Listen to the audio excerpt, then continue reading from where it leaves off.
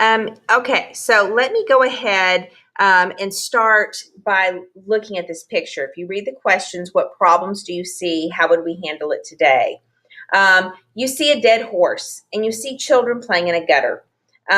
This is, the problems of, neglected children, pollution, lack of sanitation, all these things factored into this one picture. Today, if we had a dead animal in the road, we would call the city and they would come and remove it, and we wouldn't think twice about it. The city makes sure that builders have, provide good sanitation and all this kind of stuff. But in the Gilded Age, that was far less likely.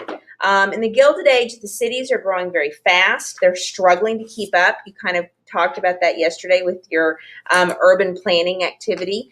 So they're struggling to figure out how to solve all these problems, and the problems just keep developing.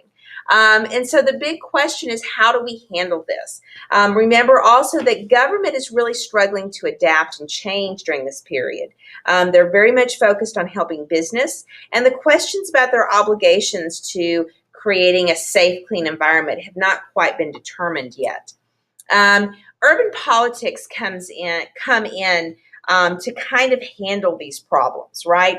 And in a nutshell, city services, things like sanitation, police patrol, investment as far as building schools or libraries or anything like that is exchanged for political power. This comes from political machines.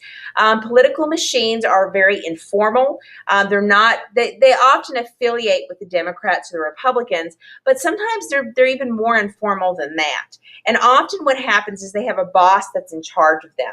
And new arrivals come into the city, whether they're coming in from the rural areas or whether they're coming in, they're fresh immigrants, and they need jobs and housing and all this kind of stuff.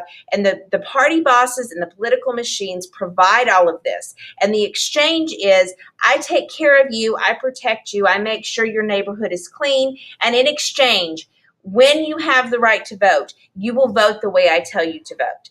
And you have that boss controlling their votes. So be sure that you're aware of kind of how that exchange works out. This will ultimately result in neighborhoods voting together. So entire neighborhoods will vote for the same person because of this, and that's going to make that neighborhood incredibly powerful. So in some ways, it makes, if you think that immigrants are not being very respected because of nativism during this time, the political machines are going to allow immigrants to have their voices be heard in a way that they might not otherwise. So it's kind of interesting if you think about that. And is this really, is it ethical? Is it democratic? These are all questions that are debatable. At the end of the day, urban politics, the party machine, the party boss, is the result of rapid growth and a lack of adequate city government. And if you look at this cartoon right here, the message of this cartoon, the top arrow says, notice the public are invited to inspect this machine, but ask no questions. This is basically, if you look at the arrow on the bottom, the New York City democracy. This is the political machine in New York, right? The public can look at it, they can see how it operates, but they better not ask any hard questions. You can see the guy with the boss hat on, and he's sitting on top of a liquor barrel. In other words, a lot of these machine politics are facilitated by doing favors or providing favors for people. And sometimes that was as simple as, hey, come on, I'm having a big party. Other times it was far more complex, like taking care of specific issues. Graft, fraud, corruption are the result. Graft is getting money through dishonest or questionable means. In other words, I have a position in government, but I also have a sanitation business, and I know that the government's going to give money to clean up the streets. And so, by golly, I get my company signed up for it. And so I'm going to profit from my inside knowledge of how the city works. That's what graft is. Bribery, patronage, I'm going to pay you to vote a certain way, or, I, as the party boss, I'm going to tell my people to vote for this one person. It's all about exchanging favors. And this is happening in a really large extent in the Gilded Age. And it happens at the city level, the state level, and even at the national level. Ultimately, by the time we get to the early 1900s, people will be kind of fed up with this. And this corruption and fraud is going to be something that reformers are going to try to tackle. One of the most famous political machines is going to be Tammany Hall. Tammany Hall, Boss Tweed. If you ever see a political cartoon with that kind of chubby fellow right there, they're talking about Boss Tweed. He's the one who controlled the city of New York. So I just want to be sure you recognize that name because sometimes it pops up on the STAR test. So as you're thinking about the social classes and urbanization and then the political machine, consider how the upper class, the middle class, and the working class live. What were the things that they struggled with? What were their characteristics, right? Who made them up? And what solutions might have helped urban problems?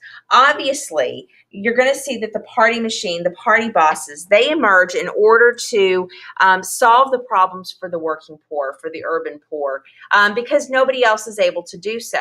But one of the results of this is going to be that the middle class, who, if you remember from my little diagram, don't live terribly far away, are going to feel like they're losing their say, their voice, and how their city is being run or how their state's being run, because you have these party bosses controlling these immigrant and working poor votes.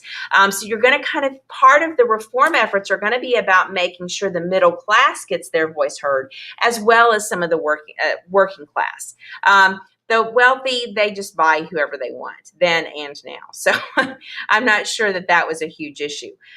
So be sure that you kind of understand like the concept of where they're living, their conditions. Remember, the middle class are working for a living, but they do live far more comfortably and have far more privileges than the working poor do.